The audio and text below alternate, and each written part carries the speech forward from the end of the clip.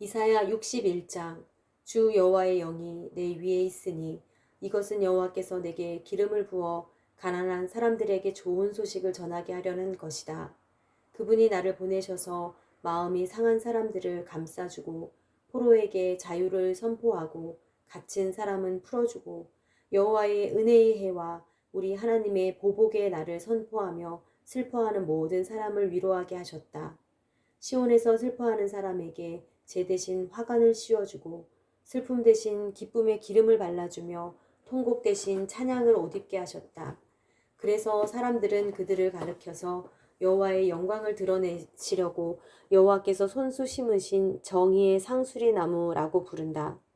그들은 예전에 폐허가 된 곳을 재건하고 오래전에 황폐해진 곳을 일으킬 것이다. 그들은 대대로 무너진 채로 폐허가 됐던 성읍들을 다시 세울 것이다. 이방 사람들이 너희의 양떼를 돌보고 다른 나라 사람들이 너희의 밭과 포도원에서 일할 것이다. 사람들이 너희를 여호와의 제사장이라고 부르고 우리 하나님의 일꾼이라고 부를 것이다. 너희는 여러 나라의 재물을 먹고 그들의 보물을 자랑할 것이다. 너희가 받은 수치는 갑절이어서 사람들은 불명예가 그들의 몫이다 라고 외쳤다. 그러나 이제는 너희가 땅에서 갑절이나 상속을 받고 영원히 그 기쁨을 누릴 것이다. 나 여호와는 공의를 사랑하고 강도질과 약탈을 미워하기 때문에 나는 그들이 고생한 대가를 성실히 갚아주고 그들과 영원한 언약을 맺을 것이다. 그들의 자손은 여러 나라에 알려지고 그들의 후손은 여러 민족 가운데 알려질 것이다. 그들을 보는 사람마다 그들이 여호와께서 복을 내리신 자손임을 인정하게 될 것이다. 나는 여호와를 생각하면 매우 기쁘다. 내 영혼이 내 하나님을 생각하면 매우 즐겁다. 마치 신랑에게 제사장이 관을 씌워주고 신부에게 보석을 달아서 단장하듯이 그가 구원의 옷을 내게 입히셨고 정의의 긴 옷으로 둘러주셨기 때문이다. 흙이 싹을 틔우듯 동산이 씨앗을 움트게 하듯 주 여호와께서는 모든 나라들 앞에서 정의와 찬양이 싹트게 하실 것이다. 62장.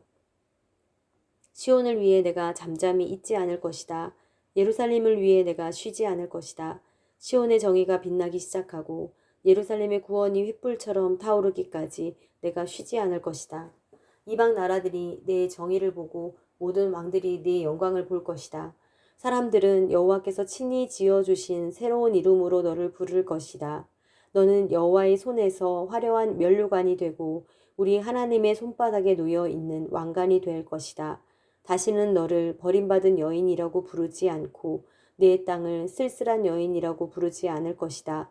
오직 너를 하나님께서 좋아하는 여인이라고 부르고 네 땅을 결혼한 여인이라고 부를 것이다.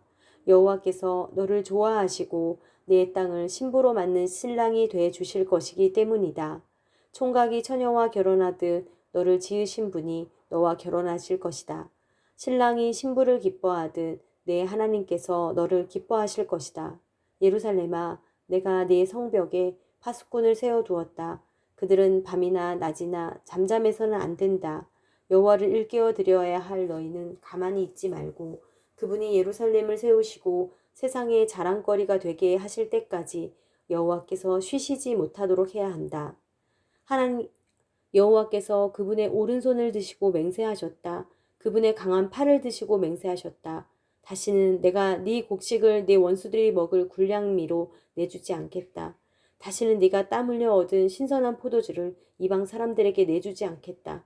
곡식을 거둔 사람이 그것을 먹고는 여호와를 찬양하고 포도를 거둔 사람이 내 성소의 뜰에서 그것을 마실 것이다. 나아가라. 성문을 지나 나아가라. 백성이 돌아올 길을 닦아라. 도두어라. 큰 길을 도두어 만들고 돌들을 치워라. 뭇 백성 위로 깃발을 올려라. 보아라. 여호와께서 땅끝까지 들리도록 선포하셨다. 딸 시온에게 전하여라. 보아라.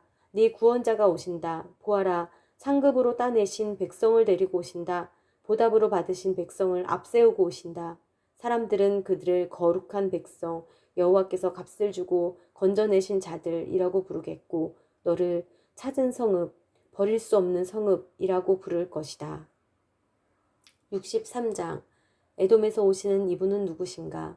주홍빛 옷을 입고 보스라에서 오시는 이분은 누구신가? 광채로 옷을 입고 그 큰 힘으로 터벅터벅 걸어오시는 이분은 누구신가? 나는 정의를 말하며 구원할 만한 힘을 가진 자다. 왜 그대의 옷이 포도주 틀을 밟는 사람의 옷처럼 붉게 물이 들었습니까? 나는 혼자서 포도주 틀을 밟았다. 백성 가운데 아무도 나와 함께한 사람이 없다. 내가 노여워서 그들을 내리밟았고 분이 나서 그들을 짓밟았다. 그러자 그들의 피가 내 옷에 튀어서 내 옷이 온통 피로 더러워진 것이다. 보복할 날이 됐고 구원할 해가 이르렀다는 생각을 속으로 했지만 아무리 둘러봐도 도와줄 사람이 하나도 없었다. 나는 기가 막혔다. 나를 격려해주는 사람이 아무도 없다니. 그래서 내가 손수 내 팔로 구원했고 내 분노에만 의지했다. 내가 화가 나서 민족들을 짓밟았고 내가 분이 나서 그들을 취하게 하고 그들의 피를 땅에 쏟아냈다. 나는 여호와의 사랑을 떠올려 말하고 여호와께서 우리를 위해 하신 모든 일로 여호와를 찬양하겠다.